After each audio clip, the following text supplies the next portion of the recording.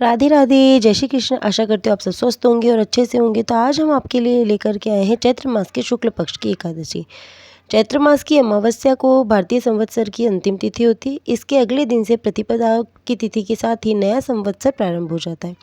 नए संवत्सर के प्रारंभ से ही माता दुर्गा जी के नवरात्रि प्रारंभ हो जाते हैं एंड इन्हीं के पश्चात आने वाली एकादशी को कामदा एकादशी के नाम से जाना जाता है, अर्थात एकादशी जो कि सारी कामनाओं की पूर्ति करती है। इसी दिन भगवान वासुदेव अर्थात भगवान वसुदेव के पुत्र श्री कृष्ण का पूजन किया जाता है और गरीबों को दान देने का इस दिन विशेष महत्व है। कथा। पुलकित मन से भगवान श्री कृष्ण को कोटि कोटि नमस्कार करने के बाद धर्मराज युधिष्ठिर ने भगवान श्री कृष्ण से प्रार्थना की, हे महाराज, अब मेरी इच्छा चैत्र मास के शुक्ल पक्ष की एकादशी के नाम, महात्म्य, पूजा विधान आदि के बारे में विस्तार पूर्वक जानने की है। तब भगवान श्री कृष्ण ने कहा कि हे राजन, यही प्रश्न एक बार महर्षि दिलीप ने महर्षि वशिष्ठ से पूछा था। तब महर्षि वशिष्ठ जी ने महाराज दिलीप को जो कथा सुनाई थी वही मैं आपको सुनाता हूँ। बहुत समय पहले की बात है। रत्नपुर नामक एक नगर पर अनेक ऐश्वर्य से युक्त पुंडरीक नाम का एक राजा राज्य करता था। रत्नपुर नगर में अनेक अप्सरा, किन्नर, गंधर्व वास करते थे। उसमें ललित और ललिता नाम के पति पत्नी भी थे। उन दोनों में अत्यंत स्नेह था। थोड़े समय के लिए भी अलग अलग होते ही वे अत्यंत व्याकुल हो जाते थे।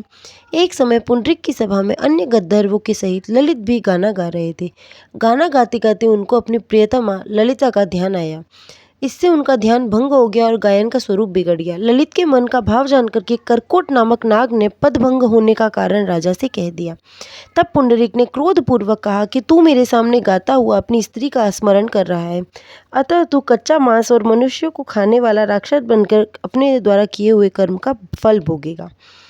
पुंडरीक के श्राप से ललित उसी समय विकराल राक्षस हो गया।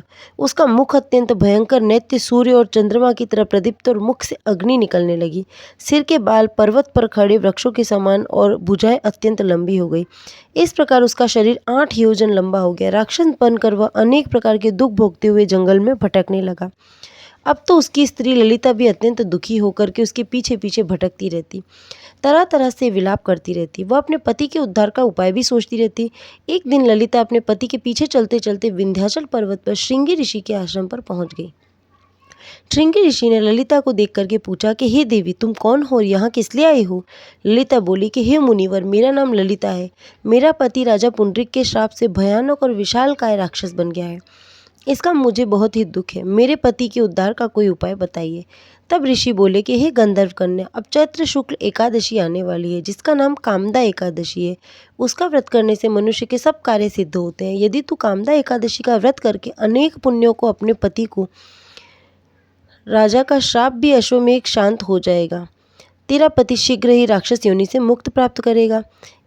तो चैत्र शुक्ल एकादशी आने पर ललिता ने व्रत किया तथा द्वादशी को ब्राह्मणों के सामने अपने व्रत का फल अपने पति को देते हुए भगवान से प्रार्थना करने लगी, हे प्रभु, मैंने यह जो व्रत किया है इसका फल मेरे पतिदेव को प्राप्त हो, जिससे वह राक्षस योनि से मुक्त हो जाए। एकादशी का फल देते ही उसका पति राक्षस योनि से मुक्त होकर के अपने पुराने स्वरूप को प्राप्त हुआ। अनेक सुंदर वस्त्राभूषणों से युक्त होकर के ललिता के साथ विहार करने लगा। इसके पश्चात वे दोनों दिव्य विमान में बैठ करके स्वर्गलोक को चले गए। वशिष्ठ मुनि ने आगे कहा कि हे राजन, इस व्रत को विधि पूर्वक करने से समस्त पापों का नाश हो जाता है तथा राक्षस आदि की योनि भी छूट जाती है। संसार में इसके बराबर कोई और दूसरा व्रत नहीं है। इसकी कथा पढ़ने या सुनने मात्र से ही वाजपेय यज्ञ का फल प्राप्त होता है। वीडियो अच्छी लगी हो तो चैनल को लाइक, शेयर, सब्सक्राइब करना ना भूलें एंड मेरे साथ कहिए राधे राधे।